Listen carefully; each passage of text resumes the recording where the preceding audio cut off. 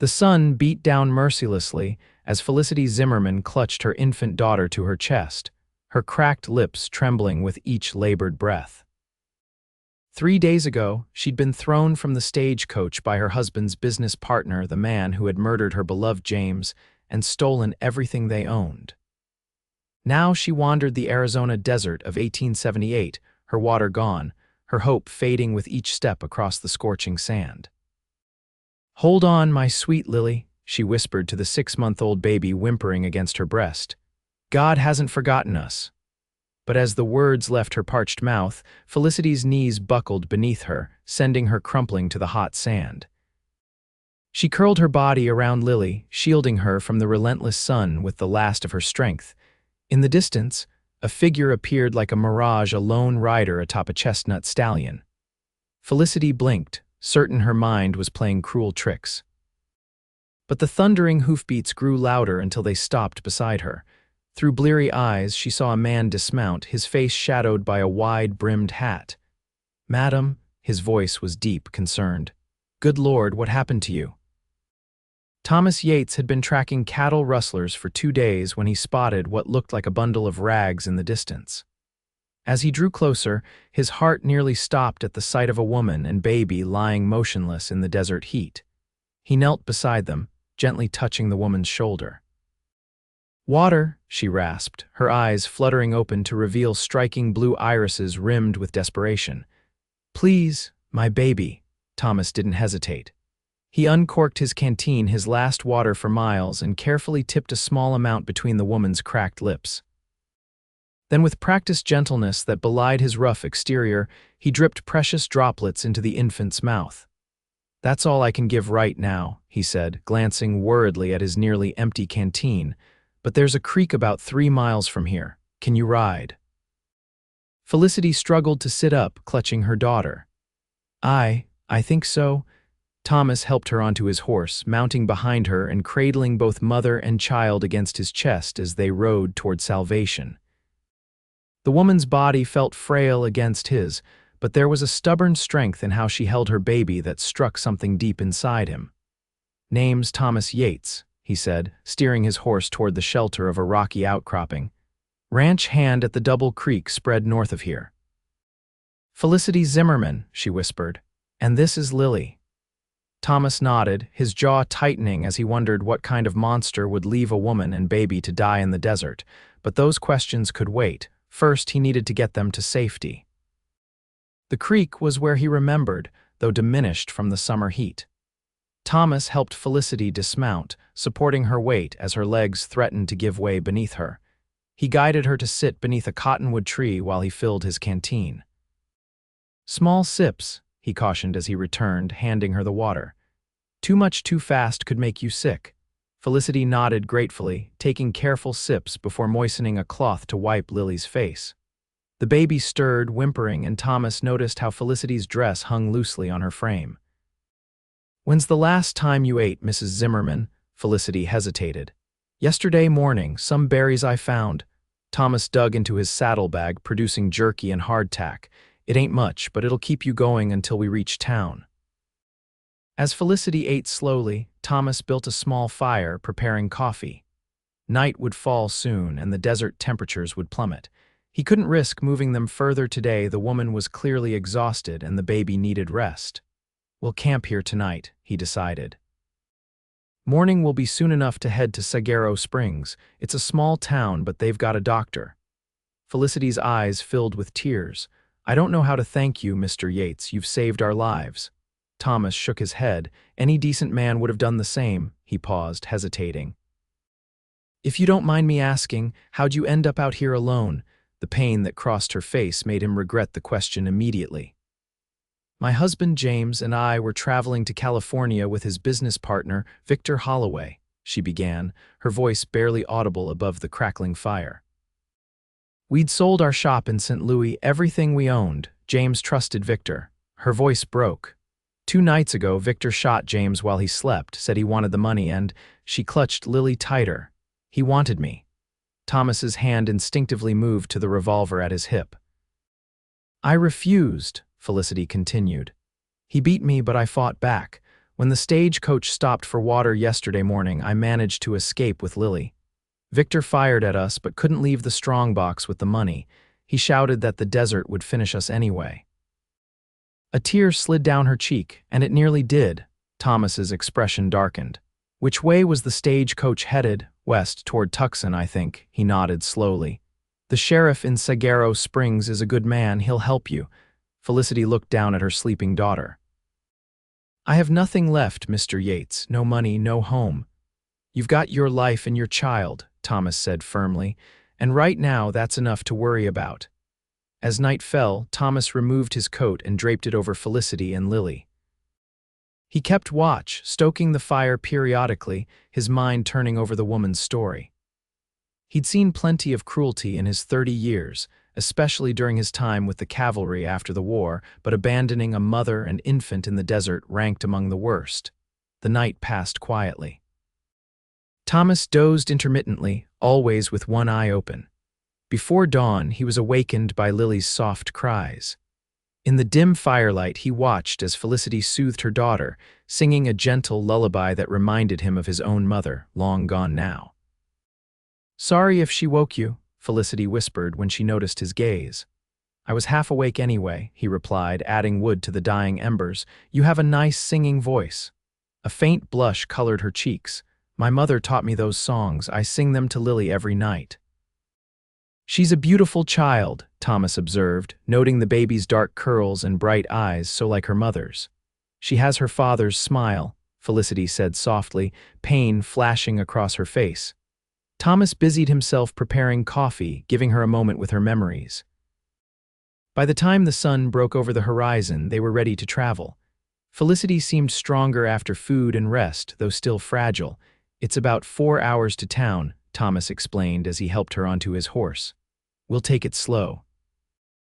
They rode in companionable silence, Thomas occasionally pointing out landmarks or sharing stories of his 5 years working cattle in the Arizona Territory.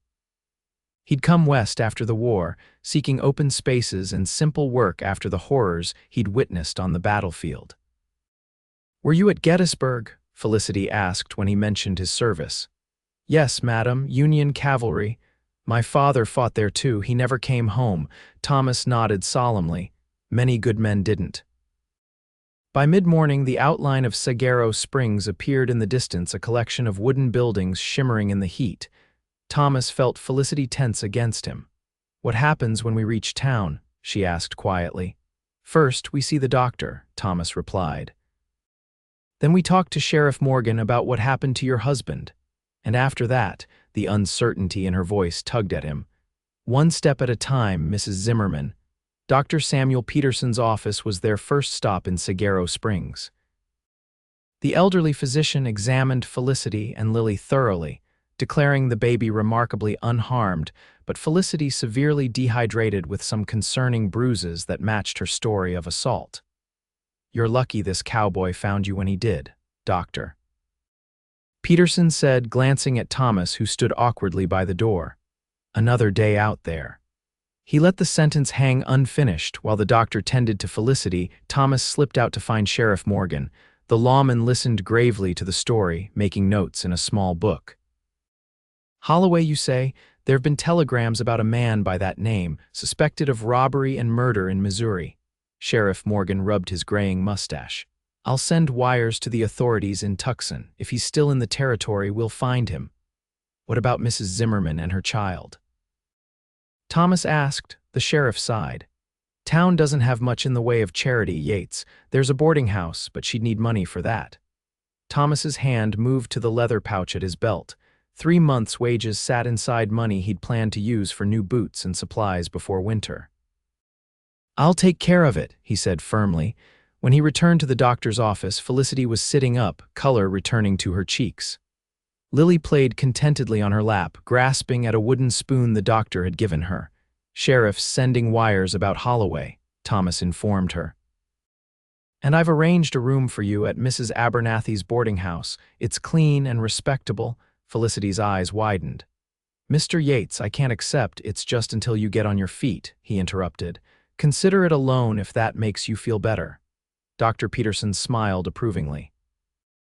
Mrs. Zimmerman will need a few days of rest and good food before she's fully recovered. The baby seems resilient, but she should be watched carefully too. Thomas nodded. I can check in on them. My ranch isn't far. That's very kind, but you've done more than enough, Felicity protested. I can't impose further. It's no imposition, Thomas insisted. Besides, I'd like to hear when they catch the man who did this to you. The boarding house was a 2-story wooden structure with a wide porch and window boxes filled with struggling flowers. Mrs.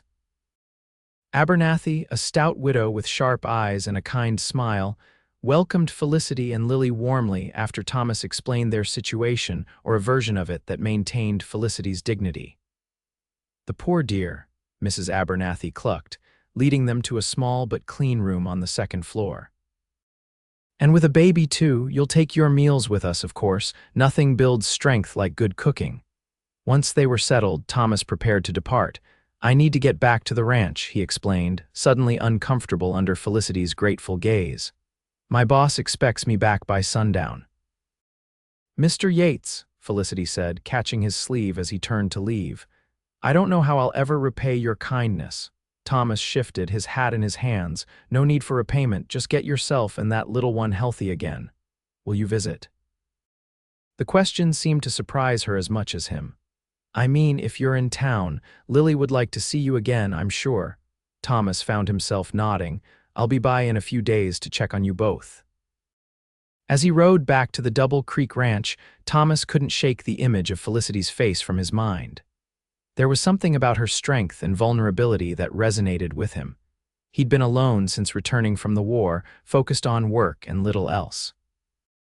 But now, unbidden, something warm and unfamiliar stirred in his chest. True to his word, Thomas returned to Saguaro Springs 3 days later. He found Felicity sitting on the boarding house porch, Lily asleep in a borrowed cradle beside her. She was mending a torn dress, her nimble fingers working the needle with practiced ease. Mrs. Zimmerman, he greeted, removing his hat. You're looking better, Felicity smiled, setting aside her sewing. Mr. Yates, I was hoping you'd come. Thomas sat in the chair beside her, placing a small package on the table. Brought something for the little one, nothing fancy, just a wooden horse I whittled. Felicity unwrapped the simple toy, running her fingers over the smooth surface. It's beautiful. She'll love it when she wakes. Thank you. They fell into easy conversation as the afternoon sun cast long shadows across the porch. Felicity told him about her life in St. Louis, where she'd helped her husband run a small dry goods store. Thomas shared stories of his ranch work, describing the rugged beauty of Arizona that had captured his heart after the war. Any news about Holloway? He eventually asked. Felicity's expression darkened. Sheriff Morgan came by yesterday. They tracked him to Tucson, but he'd already moved on. Heading to California, they think. Thomas nodded grimly. They'll find him, Mrs. Zimmerman. Men like that eventually pay for their crimes. Please, she said softly, call me Felicity. After what you've done for us, formalities seem unnecessary. Felicity, he repeated, liking how it sounded. Then I'm Thomas to you. Their conversation was interrupted by Mrs. Abernathy calling everyone to dinner. Thomas rose to leave, but Felicity touched his arm. Won't you stay? Mrs. Abernathy always makes enough to feed an army. Thomas hesitated only briefly before nodding. The ranch could spare him for one evening. Dinner was a lively affair, with Mrs. Abernathy's other boarders a schoolteacher, a clerk from the general store, and an elderly couple providing animated conversation. Thomas found himself watching Felicity across the table, noticing how her face lit up when she smiled, how she balanced Lily expertly on her lap while still participating in the discussion. After the meal, Thomas helped Felicity carry Lily upstairs to their room. The baby had awakened and now gurgled happily, reaching for Thomas's beard with curious fingers. She likes you, Felicity observed, smiling as Thomas gently caught Lily's tiny hand. She's a good judge of character, he replied with a rare grin. Smart like her mother. As Thomas prepared to leave, he found himself reluctant to go. I'll be in town again next week, he said. For supplies, Felicity nodded, holding Lily close. We'll be here. Over the next few weeks, Thomas found reasons to visit Saguaro Springs more frequently than he ever had before. His boss, Henry Wilson, raised an eyebrow at his newfound interest in town errands but said nothing. Thomas's work never suffered. If anything, he tackled ranch tasks with renewed vigor, finishing early so he could ride to town. Each visit he brought small gifts: a ribbon for Lily's hair, fresh fruit from the ranch orchard, a book of poetry he'd found in the general store. Felicity protested his generosity, but her eyes always brightened at his arrival. During one visit in late September, Thomas found Felicity in the town's small seamstress shop, where she'd secured part-time work. Her skillful sewing had impressed the owner, Mrs. Campbell, who welcomed the help. "You shouldn't have to work so soon," Thomas said as they walked back to the boarding house, Lily sleeping in Felicity's arms. "I need to support myself," Felicity replied firmly. "Your kindness has given me time to recover, but I can't depend on charity forever." Thomas admired her determination even as he worried about her still fragile health. "At least let me take you both for a ride on Sunday," he suggested. "Fresh air would do you good, and I know a beautiful spot by the creek." Felicity hesitated. "It wouldn't be proper. Mrs. Abernathy can come as chaperone," Thomas added quickly, understanding her concern. A widow alone with a man would raise eyebrows in a small town. The Sunday outing became the first of many. They'd ride out to scenic spots around Saguaro Springs, sometimes with Mrs. Abernathy, sometimes with other boarders as company. Thomas watched Felicity grow stronger each week, her natural vivacity returning as the trauma of her ordeal gradually receded. In late October, a letter arrived from the sheriff of a small California town. Holloway had been captured after attempting to rob a bank. Evidence found in his possession confirmed his guilt in James Zimmerman's murder. He would hang for his crimes. Thomas found Felicity on the boarding house porch after delivering the news, her face pale but composed. "Are you all right?" he asked, sitting beside her. "Yes," she said softly. "It doesn't bring James back, but it means Lily and I are safe now." She looked at him with tear-filled eyes. "We can finally move forward." "Have you thought about what's next?" Thomas asked carefully.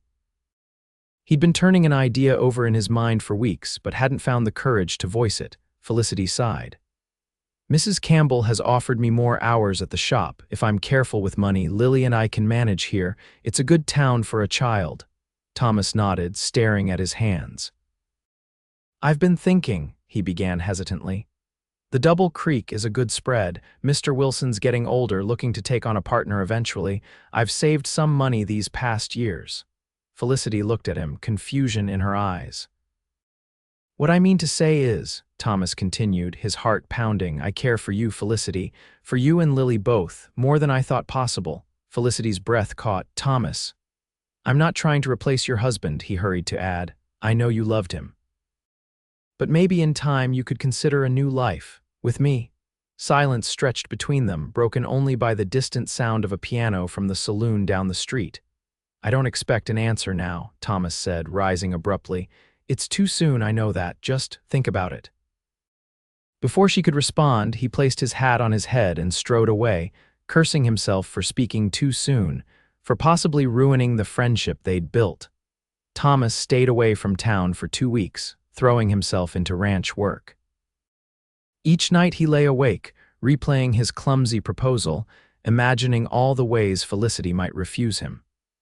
She deserved better, someone educated, refined, not a rough cowboy with calloused hands and simple ways.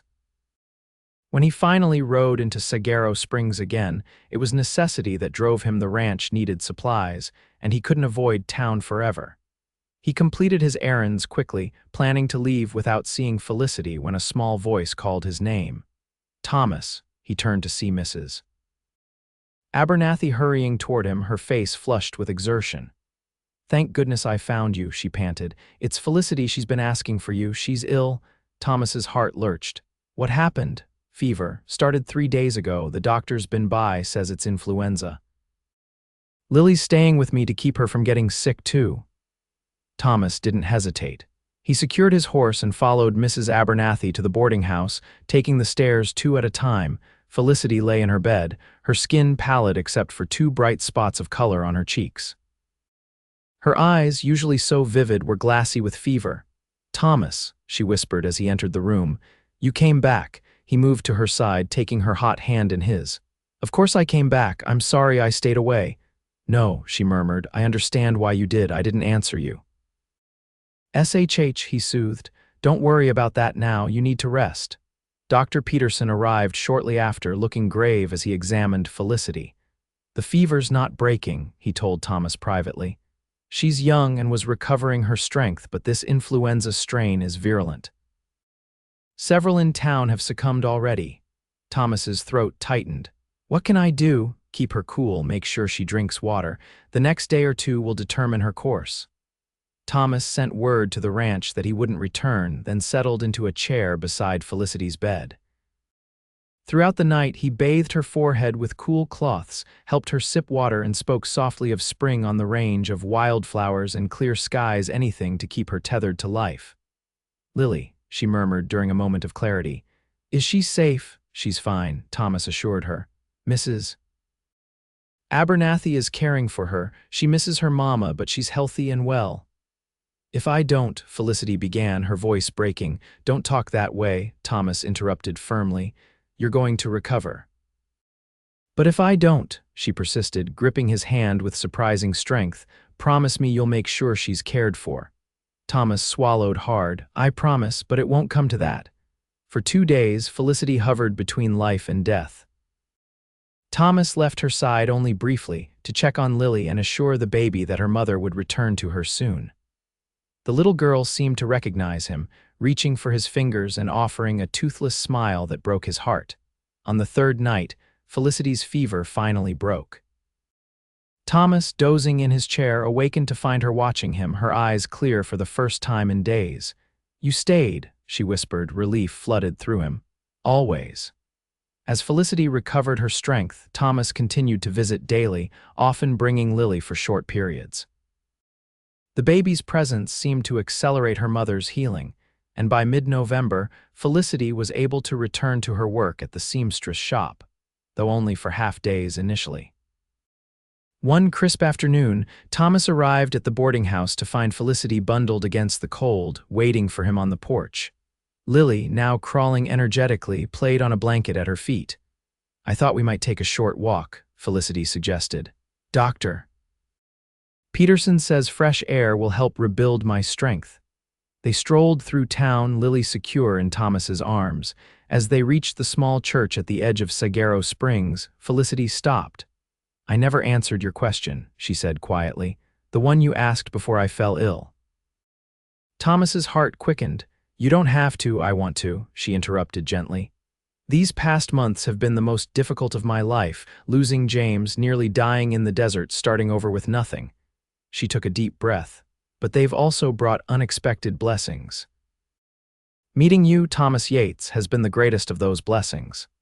Thomas could scarcely breathe as she continued. "You saved us when you had no reason to. You've been kind, generous, and honorable in every way. During my illness, when I thought I might die, my greatest regret was not telling you." She paused, gathering courage. "Not telling you that I've come to care for you deeply." "Felicity," Thomas began, his voice rough with emotion. "I know it's soon," she said quickly. "I know some would say it's improper to think of another man so soon after losing my husband, but life is precious and unpredictable. I've learned that lesson well." She looked up at him, vulnerability and determination mingled in her gaze. "If your offer still stands, my answer is yes. I would be honored to build a new life with you." Thomas shifted Lily to one arm so he could take Felicity's hand. "Nothing would make me happier," he said simply, his heart too full for elaborate words. They were married in the Saguaro Springs Church the first Sunday of December, 1878.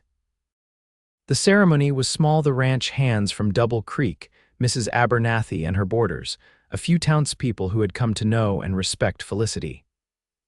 Lily, dressed in a new gown Felicity had sewn, was passed among adoring arms throughout the celebration.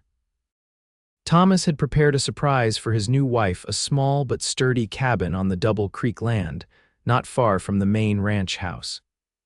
He'd spent every spare moment of the past month readying it, with help from his fellow ranch hands.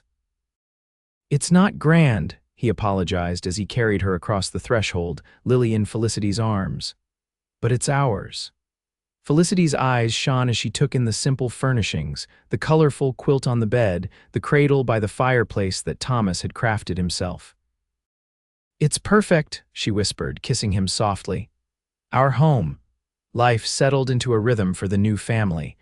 Thomas worked the ranch, occasionally bringing Lily with him when the weather was fine and the work suitable. Felicity established a vegetable garden beside their cabin and took in mending from the ranch hands and neighboring homesteaders, her skillful needlework in high demand. In spring, Mr. Wilson approached Thomas with the partnership offer they had discussed. By summer, Thomas Yates was managing much of the Double Creek's operations, his natural leadership and hard work earning him respect throughout the territory. On a warm June evening, as they sat on the porch of their cabin watching the sunset paint the desert in gold and crimson, Felicity took her husband's hand and placed it gently on her belly. "We'll need to add a room to the cabin," she said softly, her eyes alight with joy. "By winter, Lily will have a brother or sister to share her cradle." Thomas gathered her into his arms, overwhelmed with gratitude for the twist of fate that had led him to that stretch of desert nearly a year before. He thought of his last canteen of water, shared with a desperate mother and her infant, and marveled at how that simple act of kindness had transformed into the greatest blessing of his life. "I love you," he whispered against Felicity's hair. "Both of you." "All of you," he amended, his hand gentle on her stomach. As night fell over the Arizona desert, the little family remained on the porch, their future stretching before them like the vast, promising sky overhead. The years that followed brought both challenges and joys to the Yates family. Their second child, a son they named William, arrived during a December blizzard that nearly prevented Dr. Peterson from reaching them. Thomas had prepared to deliver the baby himself, reading every medical book he could find, but the doctor arrived just in time, trudging through knee-deep snow to reach the cabin. "He has your determination," Felicity told Thomas as she cradled their newborn son. Already impatient to face the world, Lily, now 18 months old, was fascinated by her baby brother, constantly wanting to touch his tiny fingers and toes. Thomas built a larger cradle to accommodate the growing family, carving intricate designs of desert flowers and animals along its edges. The Double Creek Ranch prospered under Thomas's partnership with Henry Wilson. When the older man finally decided to retire in 1882, he sold his remaining interest to Thomas, who had saved carefully and borrowed some to become the ranch's full owner. The responsibility weighed heavily on him. Initially, 30 ranch hands depended on him for their livelihood, and market fluctuations could mean the difference between profit and loss. "You're more than capable," Felicity assured him one night as he pored over account books at their kitchen table. "The men respect you, and you know this land better than anyone." Her confidence bolstered him through difficult decisions and the inevitable setbacks that came with ranching in the unpredictable Arizona territory. A drought in 1883 nearly devastated their cattle, but Thomas's foresight in developing additional water sources saved the herd when other ranches lost half their stock. By 1885, the Double Creek was one of the most successful operations in the territory, and the Yates family had grown again with the addition of a daughter, Emma.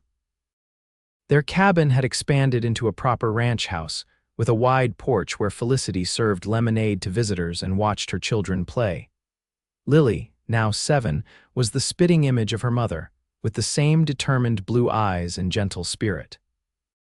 Though she knew James Zimmerman only through stories Felicity shared, she proudly carried his memory as part of her heritage. "Your first father was a good, kind man," Felicity would tell her. "He would be so proud of the girl you're becoming." Thomas never tried to replace James in Lily's heart. Instead, he built his own relationship with her, teaching her to ride, to identify animal tracks, to appreciate the wild beauty of the desert. When she called him Papa for the first time at age 4, he had turned away briefly to hide the tears that sprang to his eyes. William, at 5, was Thomas's shadow, determined to be a rancher from the moment he could walk. Emma, at 3, was a perfect blend of both parents. Thomas's quiet thoughtfulness combined with Felicity's quick intelligence. In the spring of 1886, a letter arrived that disrupted their peaceful life. Victor Holloway, sentenced to 20 years rather than hanging due to a technicality, had escaped from California's San Quentin prison. Authorities believed he was heading east, possibly returning to Arizona. He wouldn't dare come here, Thomas insisted, though he doubled the watch on the ranch and made sure Felicity and the children were never alone. For weeks, they lived with heightened vigilance. Thomas taught Felicity to use a revolver, though she hoped never to need the skill. The children, sensing the tension, stayed closer to the house than usual, their boisterous play subdued. Then one evening, as Thomas returned from the south pasture, he spotted a rider approaching the ranch house from the opposite direction. Something about the man's posture, the determined set of his shoulders, raised Thomas's alarm. He spurred his horse, racing to intercept the stranger before he reached the house where Felicity was preparing dinner. As he drew closer, Thomas recognized the face from descriptions Felicity had given Victor Holloway, older and weathered by prison but unmistakable. Thomas drew his revolver, cutting across Holloway's path. "That's far enough," he called, his voice carrying across the open ground. Holloway reined in his horse, his hand moving toward his belt. "Who the hell are you, Thomas Yates? This is my land you're trespassing on." A flash of recognition crossed Holloway's face. "Yates, you're the one who married James Zimmerman's widow." Thomas's grip tightened on his revolver. "The sheriff knows you escaped. There are wanted posters with your face in every town from here to California." Holloway's laugh was cold. "I didn't come for trouble with the law, I came for what's mine. James Zimmerman cheated me out of my share of our business. I'm just here to collect from his widow." "There's nothing for you here," Thomas said evenly. "Leave now while you still can." The standoff might have ended there, but Felicity, hearing the commotion, appeared on the porch, a shotgun in her hands. When she recognized Holloway, she went rigid with fear and hatred. "Get back inside," Thomas called without taking his eyes off Holloway. Instead, Felicity descended the porch steps, the shotgun steady in her grip. "You murdered my husband," she said, her voice carrying clearly. "You left my baby and me to die in the desert." Holloway's face twisted. "You were supposed to die, both of you, would have saved me a lot of trouble." "The only trouble here is yours," Thomas warned. "I won't tell you again to leave." What happened next unfolded in seconds. Holloway drew his pistol, firing wildly as Thomas dove from his horse. Thomas returned fire as Felicity ran for cover behind a water trough, the shotgun blast splintering wood near Holloway's head. Two ranch hands, hearing the gunfire, came running from the bunkhouse. Holloway, realizing he was outnumbered, turned his horse to flee, but Thomas's bullet caught him in the shoulder. He tumbled from the saddle, his pistol flying from his grasp. Within minutes, Holloway was subdued. The sheriff was summoned from town, arriving with deputies to take the wounded man into custody. "You should have stayed in California," Sheriff Morgan told Holloway as he was loaded into a wagon. "They'll hang you for certain now."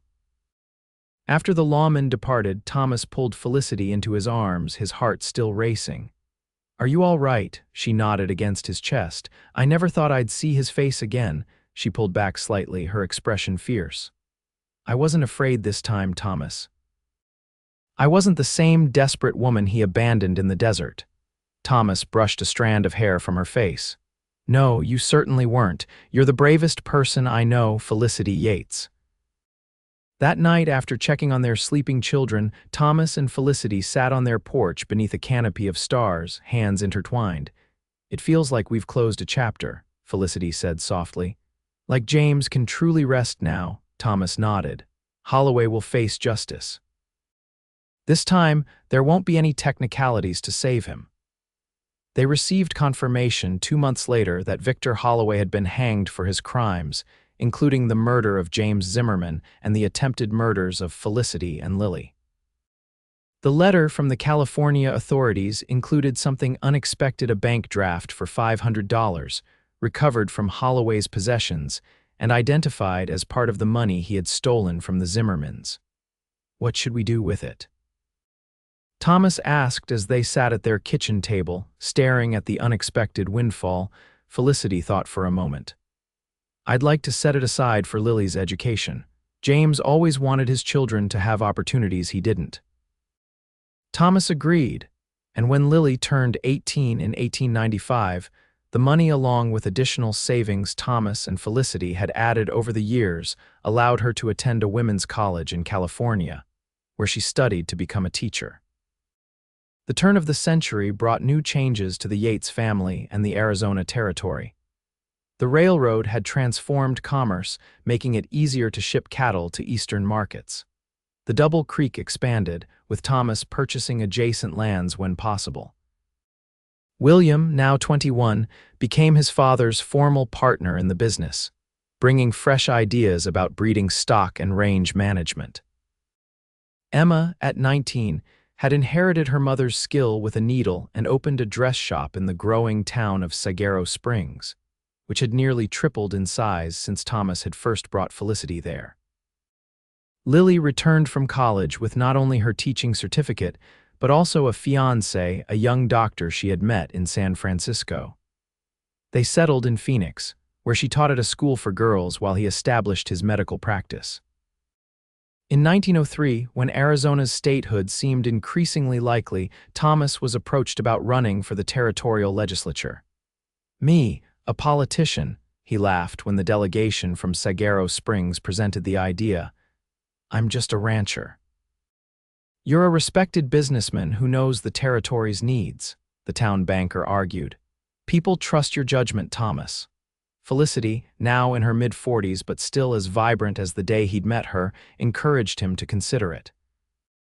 "You've built something remarkable here," she said, gesturing to the prosperous ranch that now employed over 50 people. "Perhaps it's time to help build Arizona's future too." After much deliberation, Thomas agreed to run.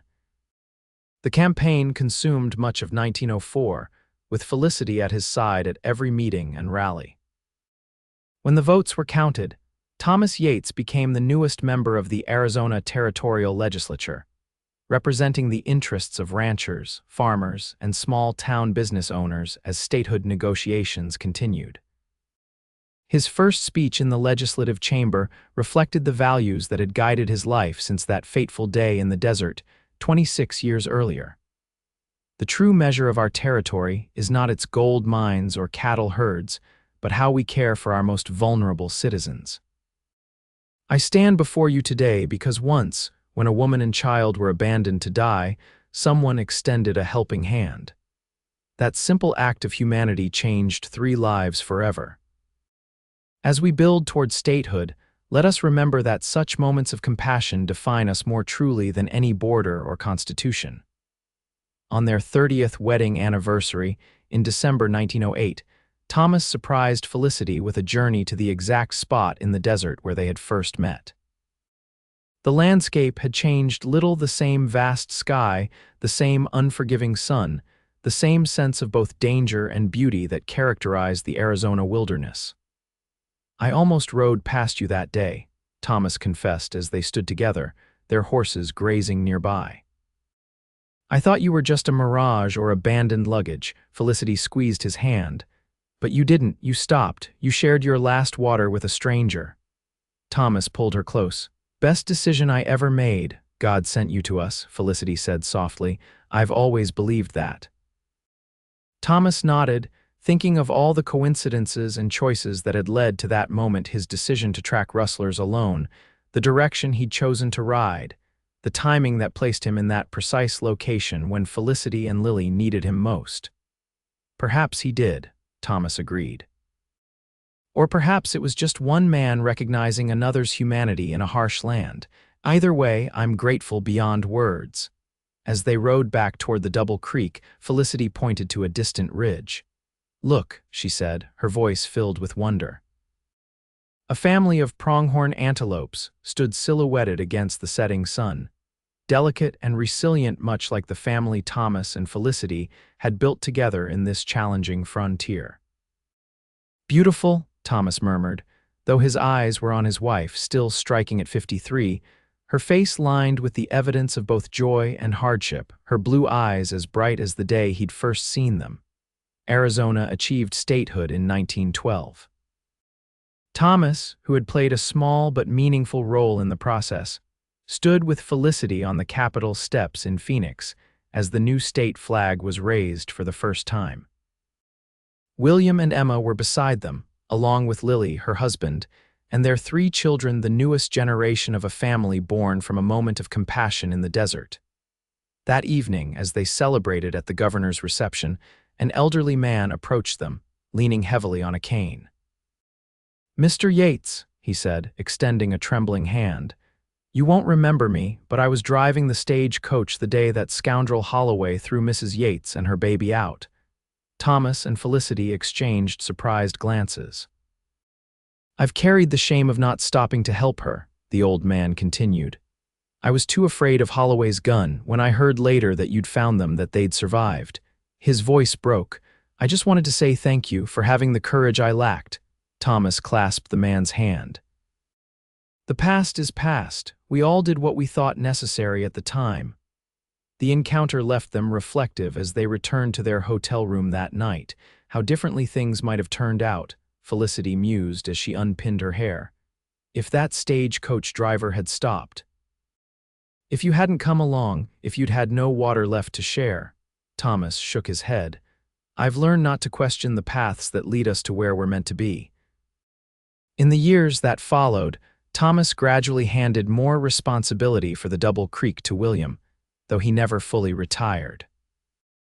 The ranch house became a gathering place for their expanding family. Grandchildren learned to ride in the same pastures where their parents had, and holiday meals around Felicity's table often included 20 or more people. Thomas and Felicity celebrated their 50th wedding anniversary in 1928, surrounded by 3 generations of family. Lily, now 50, had become the principal of Phoenix's largest girls' school. William managed the Double Creek with his eldest son's assistance.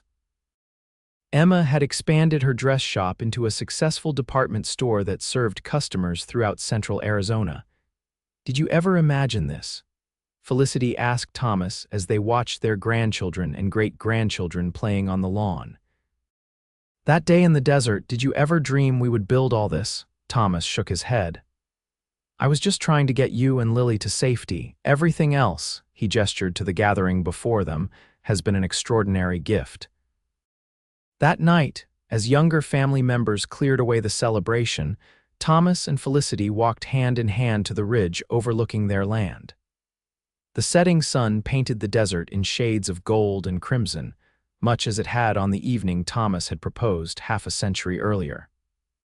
"I've been thinking," Thomas said, his voice soft in the gathering dusk, "about that last canteen of water." Felicity turned to him, her face still beautiful to him despite the decades that had passed. "One small act of kindness," he continued. "That's all it was. I didn't know then that it would change everything for you, for Lily, for me." "The best things often begin simply," Felicity replied, leaning against his shoulder. "A drink of water, a helping hand, a promise kept." As night fell over the Arizona desert, Thomas Yates held his wife close, grateful for the twist of fate that had led him to a desperate woman and child in the wilderness so many years ago. Their story, which had begun with a last canteen of water shared between strangers, had blossomed into a legacy of love, family, and compassion that would endure long after they were gone. And in that moment, under the vast canopy of stars that had witnessed their beginning, Thomas knew with absolute certainty that no gold mine or cattle fortune could ever match the true wealth he'd found in the Arizona desert, the love of a courageous woman and the family they had built together, one day at a time, from the most desperate of beginnings to the most blessed of endings.